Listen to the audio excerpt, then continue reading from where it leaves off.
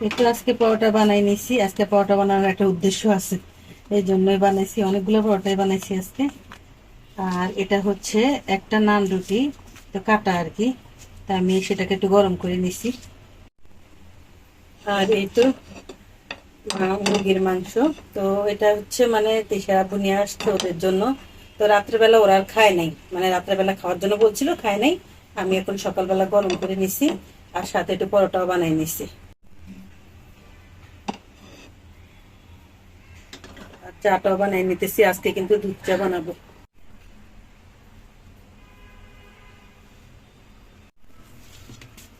আসলে এই এই খাবারটা তিশা আব্বু ওকে দিছিল খাওয়ার জন্য, কিন্তু ও নিজে না খাইয়া ওর সন্তানদের জন্য নিয়ে আসছে। কয় আমার ভালো লাগে না খাইতে, আমি বাচ্চাদের জন্য নিয়ে আসছি। তো রাত্রে খাইতে বলছে, খাই নাই। এখন বাচ্চাদেরকে আমি গরম করে দিলাম। আর এটা কিন্তু খুব খুব মজা হয়েছে না? হ্যাঁ, দেখতেও সুন্দর লাগছে। হ্যাঁ। আব্বু সবসময় এরকম করে। হ্যাঁ, নিজে না খাইয়া ও আসলে এই স্পাইসি খাবারগুলো না সহজে খাইতে চায় না। তো এই জন্যই আর কি বাচ্চাদের জন্য নিয়ে আসে। তো আমার এগুলো ভালো লাগে না খাইতে। সাথে একটু শসা শসা কাটি নিলে মানে ভালো হইতো না? হ্যাঁ, আচ্ছা। এখানে একটু মিষ্টি দইও ছিল সাথে। তা আমি আম্মুকে বলছি শসা দিয়ে মিষ্টি দই দিয়ে রায়তা বানিয়ে নিতে, রায়তা দিয়ে খেতে অনেক ভালো লাগে। না কিন্তু দিদা, না, আমি কিন্তু রায়তা বানাইতে পারি না। আর কিছু করবো? পাতলা পাতলা হবে খুব। তো পিসা পারে বানাইতে, এই জন্য বলতেছি তুমি একটু বানাই দাও না, খাইতে ভালোই লাগবে। কারণ চিকেনটা অনেক স্পাইসি, তো ওটার সাথে রায়তা অনেক বেশি ভালো লাগবে। হ্যাঁ, আর সকালবেলা আসলে স্পেশালি খাবারগুলো খেলে আবার এরকম একটা খাবারেরও দরকার হয় না? হ্যাঁ, সে ঘুমাইছিল, এই জন্য আমি মানে বানাই নাই।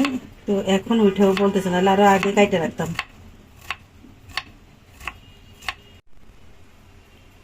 শসাগুলো নিয়ে এখানে নিচ্ছি। কিন্তু পেঁয়াজ আর মরিচও দেয়, কিন্তু আমরা দিব না, সকালবেলা কেউ পেঁয়াজ খেতে চায় না। হ্যাঁ, আমার হাতের অবস্থা। তো এই কাপটা অনেক সুন্দর না আমি, হ্যাঁ, এইটুকু দিলেই চলে। একটু। হুম। আর কিছু দিতে হবে? লবণ টবণ, চিনি?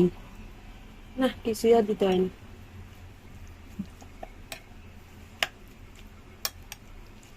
টক দই দিয়ে বানাইলে এটা বেশি মজা লাগে, কিন্তু আমরা মিষ্টি দই দিয়ে বানাচ্ছি আর কি। মূলত টক দই দিয়ে বানাই। আমার কাছে মিষ্টি দই দিয়ে ভালো লাগে। দইটা তাড়াতাড়ি নষ্ট হয়ে যাবে, এই জন্য তাড়াতাড়ি খেয়ে ফেলতে হবে। আর দইটা কিন্তু অনেক সুন্দর হয়েছে। হুম। আর দই দইয়ের থেকেও দইয়ের কাপটা বেশি ভালো লাগতেছে।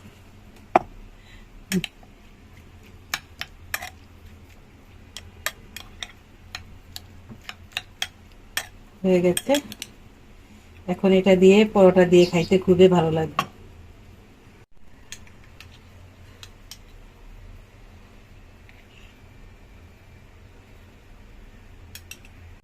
আলহামদুলিল্লাহ, আজকে খাবারটা কিন্তু অনেক বেশি মানে ভালো মনে হচ্ছে, দেখেই লোভ লাগতেছে।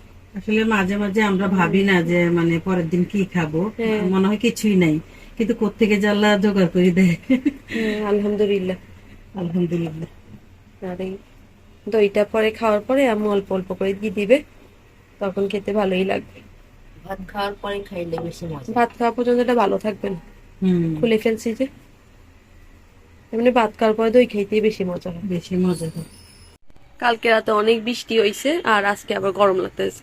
এখন এই ওয়েদারে সবার খালি গলা ভেঙে যায়, আর অনেক বেশি ঠান্ডা লেগে যাচ্ছে। মানে সকালে গরম আর রাতে ঠান্ডা, এই জন্য। একটু বাইরে কাজে গেছিলাম, আম্মুর এই মাছগুলা পছন্দ হয়ে গেছে। আর দেখেন, এখন বাজে দুপুর 2টা, আর এখন আম্মু এই মাছ কাটি শেষ করবে, এরপর রান্না বাড়া করবে। এটা কি মাছ? এটা হচ্ছে তেলাপিয়া মাছ। আম্মু বড় বড় তেলাপিয়া মাছ পাই আর লোভ সামলাইতে পারে নাই। তেলাপিয়া মাছ খাইতে আমার কাছে ভালোই লাগে, কিন্তু সবসময় খাই না, আর এটা কি? মাঝে মাঝে আনি। আর এটা হচ্ছে রুই মাছ। এখন এই মাছগুলাকে পরিষ্কার করবে, কাটবে, এরপরে আমরা খাওয়া দাওয়া করব। তার মানে আজকে 3টা বাজে খাওয়া দাওয়া করতে হবে। মুরগিও নিয়ে আসছি একটা, মুরগিটা কাটতে কুটে রেডি করে ফেলছি। তা আজকে আর মুরগি রান্না করব না, আজকে মাছটাই রান্না করব। মাছ রান্না করবো আজকে? হ্যাঁ না, আজকে ভুনা মাছ করব, টমেটো দিয়ে ভুনা মাছ রান্না করব। আর আর একটা জিনিস রান্না করব, পাট শাক দিয়ে ডাল দিয়ে রান্না করব। ও, মাছগুলা ভালোই হয়েছে, টাটকা হ্যাঁ। টাটকা আছে। টাটকা দেখে আম্মু আর লোভ সামলাতে বাসায় পারে না। আসলে মাছ নাই, আমি গত মাসে মাসের বাজারের সাথে মাছ বাজার করছিলাম, মাছ মাছ মুরগি আনছিলাম, আর আনি নেই। এই মাসে এখনো আনা হয়নি, এই প্রথম আনলাম আর কি। সবগুলা কাটা কাটা শেষ, এখন প্যাকেট করে রাখবে। এবার একটু কম আনছে কারণ টাইম ছিল না হাতে, নাইলে আম্মু পুরা মাছের বাজার একদিনে করে ফেলে। আজকে একটা কাজে বের হয়েছি আমরা, কাজে বের হয়ে কাজটা করতে করতে আমাদের 1টা বাজে গেছে, আজান দিয়ে দিছে। এই আজান দেওয়ার পরে আমি মাছগুলো মানে কিনছি, পাইছি, কিন্তু তো এর আগে দিয়ে সব মাছ বিক্রি হয়ে গেছে। টাটকা তো সবাই কিনে ফেলছে। হ্যাঁ, কিনে ফেলছে, আর কি করা। সকালে নাস্তা খাই, এই যে বের হইছি, এখন কিছুক্ষণ আগে ঘরে আসছি আমরা। ঘরে আসছি এই জন্য। হ্যাঁ, তো যাই হোক, আলহামদুলিল্লাহ যা পাইছি পাইছি, তো কয়েকদিন চলবে। হ্যাঁ, মুরগি গুলাকেও আমার প্যাকেট করে ফেলছে, এটা আজকে রান্না করবে না এই জন্য। আর একটা মাছ এদিকে কেটে রাখছে। আমি বসে এদিকে আপুর আনার লটকন গুলা খাচ্ছি, এগুলা একটু নষ্ট হয়ে যাচ্ছে, তাড়াতাড়ি গিয়ে শেষ করতে হবে। আজকে তেলাপিয়া মাছটা অনেক তাজাই আসছিল মনে হয়। এটা দেশি না, তেলাপিয়া মাছ দেশিটা খাওয়া ভালো, তো এটা কিন্তু দেশি না, তারপরও নিয়ে আসছি, পাইছি যা পাইছি তাই।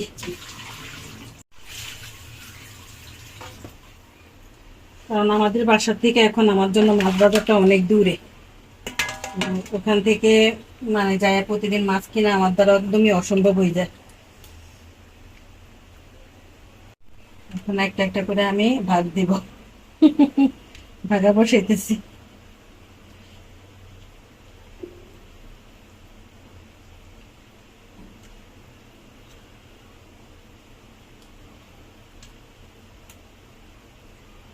আজকে ভাগা হচ্ছে এটা।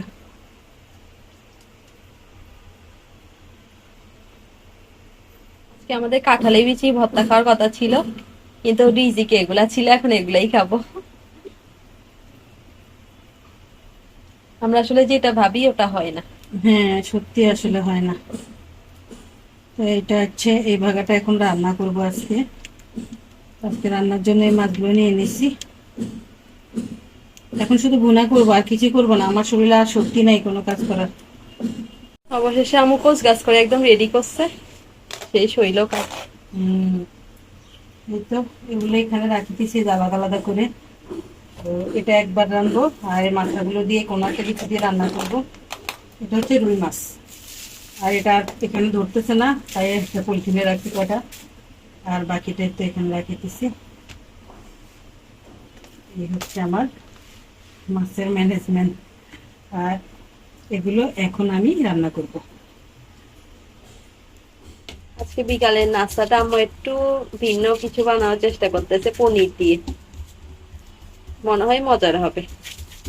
মনে হয় কি মজাই হবে, বলো, একদম গ্যারান্টি যুক্ত। দেখেন হাতেই কি সুন্দর লুচি ফেলে ফেলছে।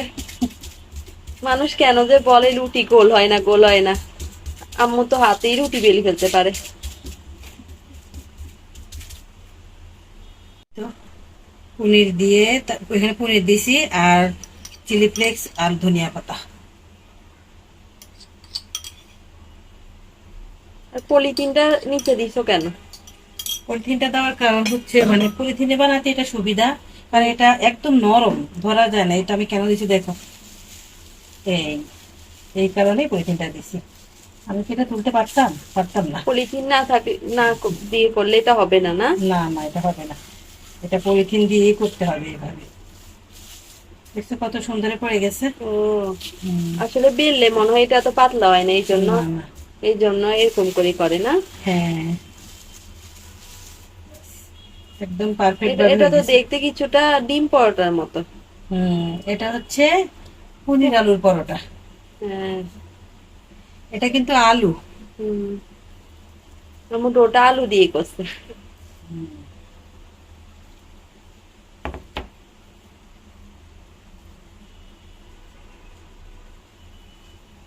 একটা আমি পাটের মধ্যে রাখলে তো না। না এটাতে রাখি দাও না। লেগে যাবে না? ঠিক আছে, আর একটু ফাঁক করে রাখো। হুম ফুলে এগুলা হুম। মনে যে ইস্ট দিছি, আসলে কিন্তু ইস্ট ব্যবহার করি নাই। না না না।